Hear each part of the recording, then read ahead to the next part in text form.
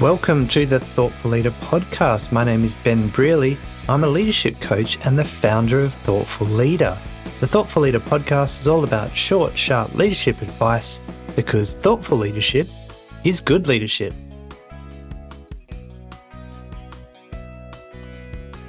Welcome to episode 237 of the Thoughtful Leader podcast. In this episode, I'm going to take a look through some thoughtful resources, is what I'm calling them anyway, including some quotes, ideas, and different writing that I've collected throughout my career that I think might be helpful for reframing some of the challenges in your leadership or even giving yourself a little bit of motivation. So let's see what these things are right now. So in this episode, I thought I'd do something a little bit different and bring together some simple and thoughtful resources that I've collected.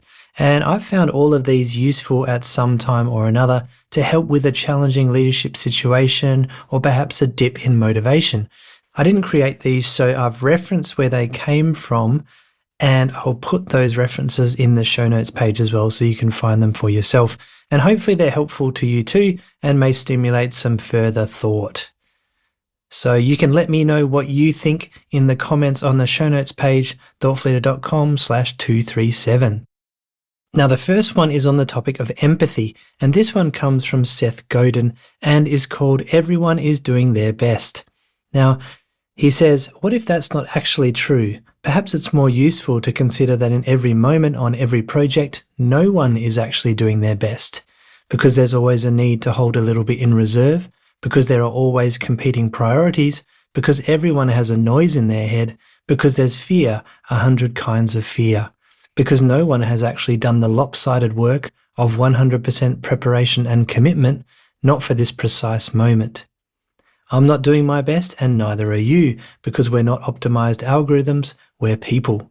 Okay, now that we can see that no one is doing their best, what are our options? So I actually like this one from Seth Godin because it speaks to the often harsh reality and less to the idealistic, we're all doing our best that people seem to say. It's likely not true. At some point we're tired, we have other priorities, or simply lose focus. And when we can keep this in mind when leading people, we start to see situations differently. What is going on for your team? How can you support them to get closer to their best, even if they don't quite hit it all the time? Because everyone has their own stuff going on. Remain aware of this, and you have a powerful ally in your corner, which is empathy. And there is a related article that I'll put in the show notes page as well about 4 ways leaders can build empathy and why it matters. Now, the second one that I thought was interesting was about getting to the point.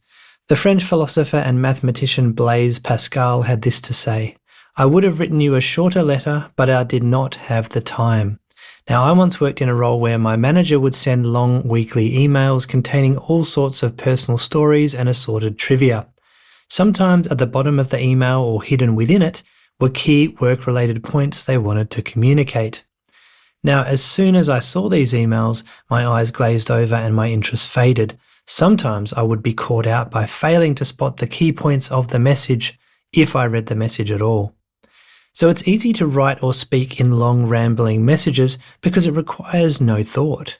It's a similar concept to someone who has no priorities and tries to focus on everything.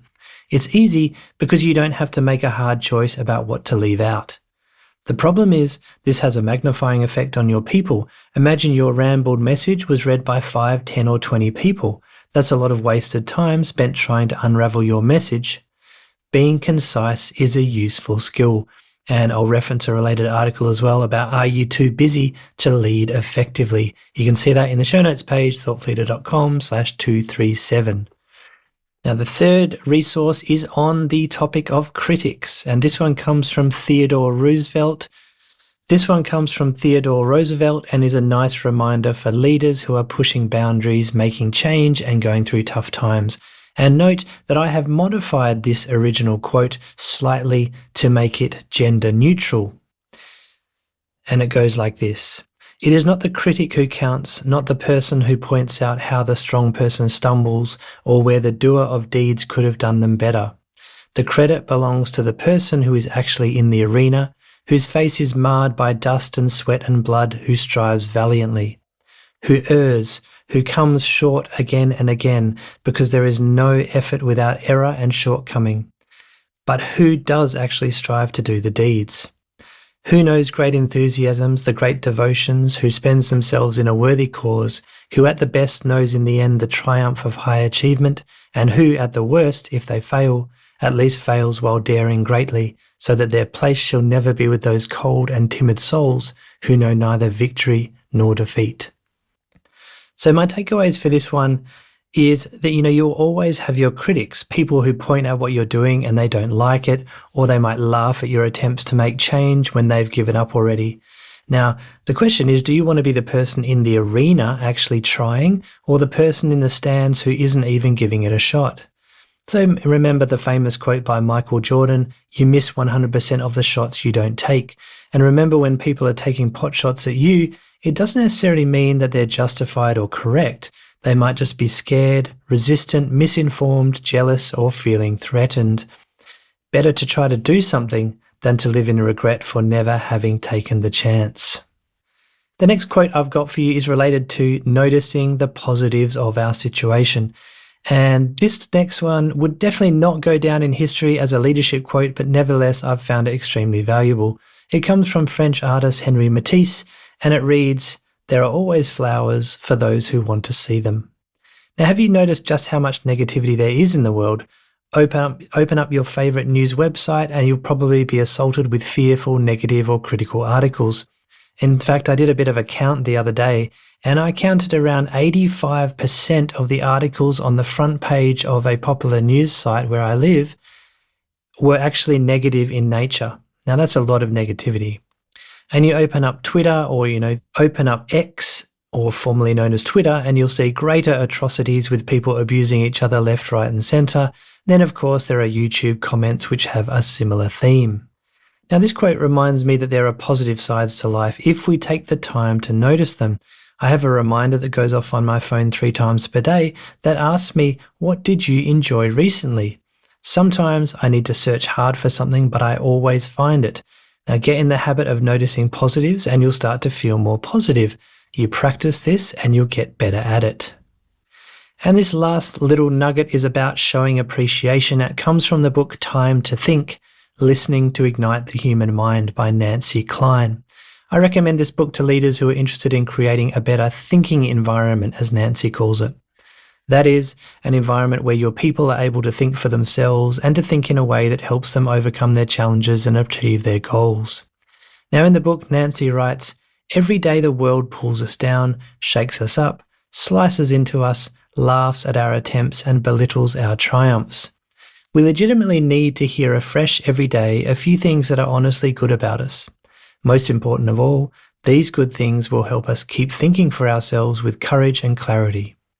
Surely that is a good enough reason to discard the negative norm culture that keeps you from saying what is good and turn to the person next to you with a reminder of their strengths. Notice what is good and say it. As with any force for lasting change, it is simple." Nancy also writes that her advice is to aim for a ratio of 5 positive to 1 negative interaction when it comes to relationships, whether it be in the workplace or at home. Now, as with many things in leadership, it's not rocket science. All we need is a bit of intention. We need to take time to notice the good things our people are doing. But the next step is one we often don't take. We need to tell the person about it. Giving praise can actually feel weirdly uncomfortable, especially in cultures where saying positive things feels like we're making a big deal. But praise helps, so take the time and be genuine about it. Fake praise doesn't help anyone and may actually have the opposite effect. Sometimes in my leadership roles, I'd leave a post-it note on the screen of a colleague or team member saying thanks for something they did, and often they really appreciate it, but it only took a few seconds of my time. Years ago, I used to read books by someone called The Sandman, who used to give profound, deadpan life advice on a radio station in Australia called Triple J. In one of his books, he wrote that the body is made up of 80% praise. Now, that's not very scientific, and I don't think we can say that that's really accurate, but I think there is something in that too. So where you can, let's build up that praise in your team. I'd be interested to hear from you. What are some of your favorite poems, quotes, or stories that help you in your leadership? What do you refer to? What are some of the things you have stuck up on your desk, or post it on the wall to help you feel motivated. Let me and all the other thoughtful leaders know in the comments on the show notes page, thoughtfulleader.com/237. Thank you for listening. Keep up the thoughtful leadership as always, and I'll be back next week.